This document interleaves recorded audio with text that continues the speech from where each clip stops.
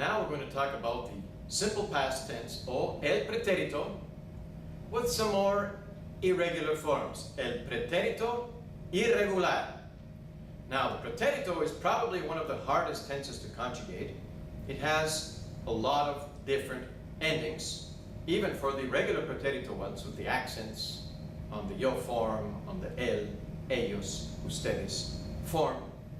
With most of the irregular pretérito forms, whether they're AR, ER, or IR verbs, we end them with these forms.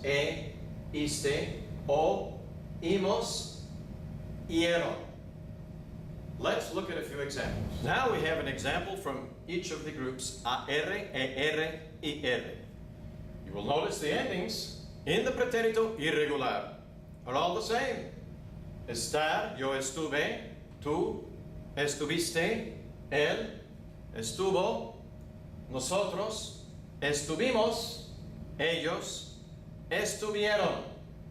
Poder, yo pude, tú pudiste, él pudo, nosotros pudimos, ellos pudieron.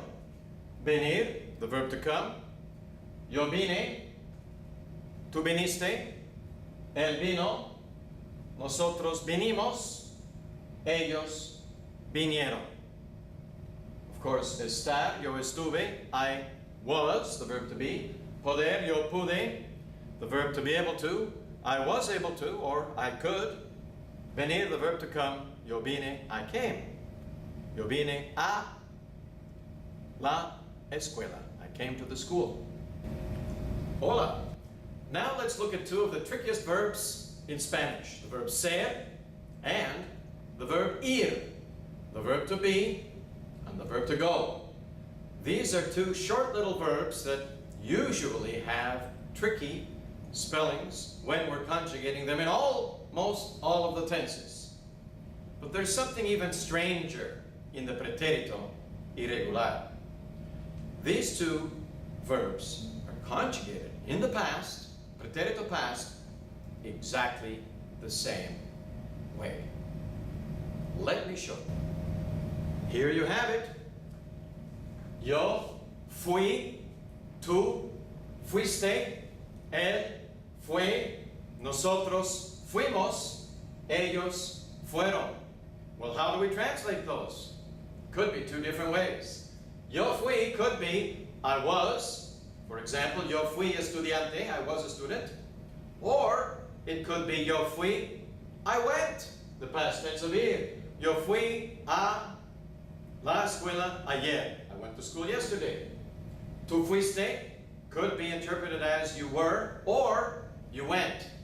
Él fue, he was, or he went.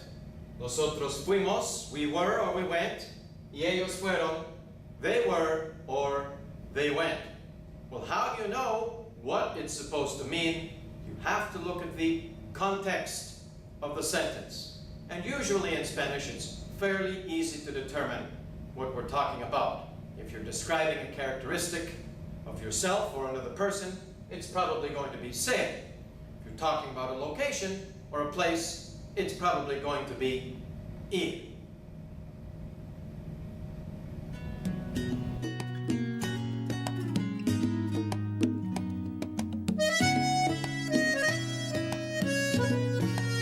Amaneció y me encontré con que emprendiste un largo viaje. Mi corazón se te escapó.